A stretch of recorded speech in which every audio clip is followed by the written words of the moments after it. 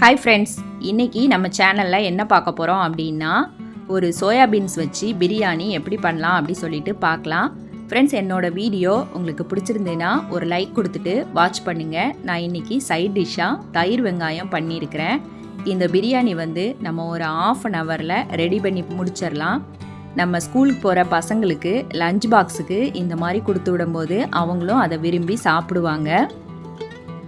நான் இன்றைக்கி பாசுமதி ரைஸில் பண்ணியிருக்கேன். இதே மாதிரி ஜீரக சம்பா அரிசிலையும் பண்ணலாம்.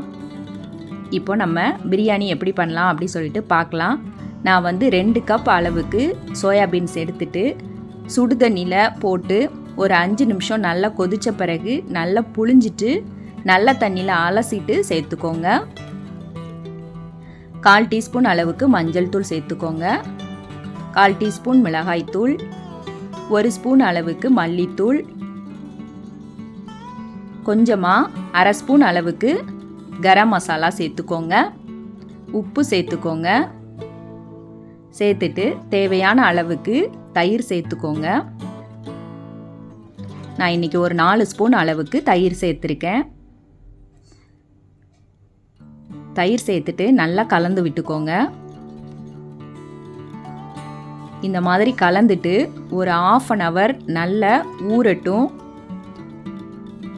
இந்த மாதிரி கலந்து ½ hourல ஊறின பிறகு நம்ம பிரியாணியில் சேர்க்கும் போது நல்லா டேஸ்ட்டாக இருக்கும். அந்த ஃப்ளேவர் நல்லா கிடைக்கும் நமக்கு. இப்போ மூடி வச்சிடலாம். இப்போ பிரியாணி பண்ண ஸ்டார்ட் பண்ணிடலாம். அதுக்கு குக்கர் வச்சுக்கோங்க. 3 ஸ்பூன் அளவுக்கு எண்ணெய் சேர்த்துக்கோங்க.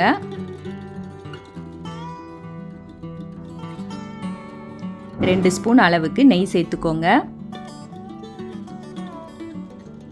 ஒரு பிரியாணி இலை, பட்டை, ஸ்டார் அனைஸ், கல்பாசி, சோம்பு, ஜீரகம் சேர்த்துக்கோங்க.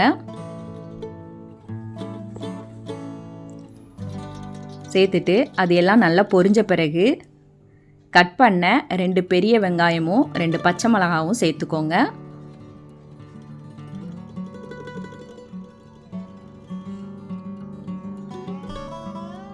சேர்த்துட்டு உப்பு சேர்த்துக்கோங்க. தேவையான அளவுக்கு உப்பு சேர்த்துட்டு நல்லா வதக்கி விட்டுக்கோங்க. வெங்காயம் நல்லா வதங்கட்டும். வதங்கின பிறகு 1 ஸ்பூன் அளவுக்கு இஞ்சி பூண்டு பேஸ்ட் சேர்த்துக்கோங்க. சேர்த்துட்டு அதையும் நல்லா வதக்கி விட்டுக்கோங்க.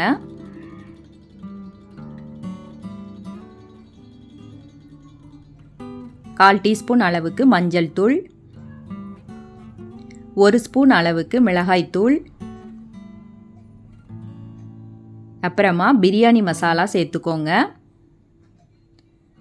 1 ஸ்பூன் மிளகாய் தூள், 1 ஸ்பூன் பிரியாணி மசாலா சேர்த்துக்கோங்க. சேர்த்துட்டு மசாலாவோட பச்சை வாசனை போகிற வரைக்கும் நல்லா வதக்கி விட்டுக்கோங்க.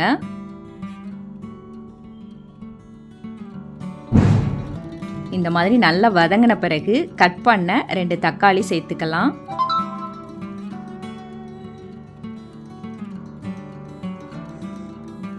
சேர்த்துட்டு அதுவும் நல்லா வதக்கி விட்டுக்கோங்க.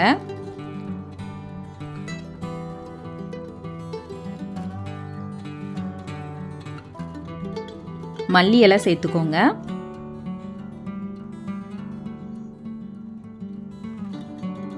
புதினா சேர்த்துக்கோங்க. மல்லி, புதினா சேர்த்து நல்லா வதக்கி விட்டுக்கோங்க.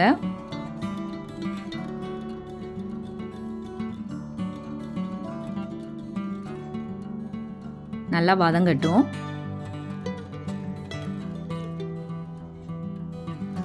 இப்போ நம்ம கலந்து வச்சிருந்த சோயாபீன்ஸை சேர்த்துக்கலாம்.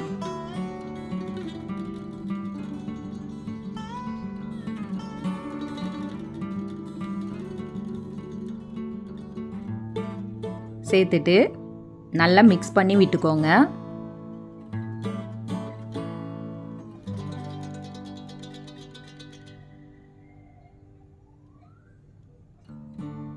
ஒரு 2 நிமிஷம் நல்லா மிக்ஸ் பண்ணி விட்டுக்கோங்க. நான் இந்த கிளாஸுக்கு 2 கிளாஸ் அளவுக்கு பாசுமதி ரைஸ் எடுத்து 1/2 மணி நேரம் ஊற வச்சு வச்சுருக்கேன். 2 கிளாஸ் அரிசிக்கு 3 கிளாஸ் அளவு தண்ணி கரெக்டாக இருக்கும். அதாவது 1 கிளாஸ் பாசுமதி ரைஸுக்கு 1.5 கிளாஸ் தண்ணி சேர்த்துக்கோங்க, அளவு கரெக்டாக இருக்கும். நான் இன்றைக்கி 2 கிளாஸ் அரிசி எடுத்துருக்கிறதுனால 3 கிளாஸ் தண்ணி சேர்த்துருக்கேன். பாசுமதி ரைஸை நல்லா கழுவிட்டு ஒரு 1/2 மணி நேரம் நல்ல தண்ணியில் ஊற வச்சு வச்சுக்கோங்க. தண்ணி சேர்த்துட்டு நல்லா கலந்து விட்டுட்டு அடுப்பு வந்து மீடியம் ஃப்ளேமில் வச்சு ஒரு கொதி வரட்டும். ஒரு கொதி வந்த பிறகு நம்ம பாசுமதி அரிசியை சேர்த்துக்கலாம்.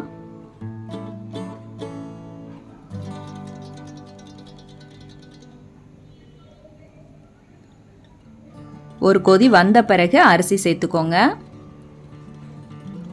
சேர்த்துட்டு ஒரு மட்டம் லைட்டாக கலந்து விட்டுக்கோங்க. இப்போ அடுப்பை சிம்மில் வச்சுட்டு குக்கரை மூடிட்டு விசில் வச்சு ஒரு விசில் வச்சு எடுத்தால் போதும், நமக்கு பிரியாணி ரெடி ஆயிரும். அவ்வளோதான், ஒரு விசில் வந்துடுச்சு. நம்ம பார்க்கலாம். நமக்கு சூப்பரான சோயா பிரியாணி ரெடி ஆயிடுச்சு.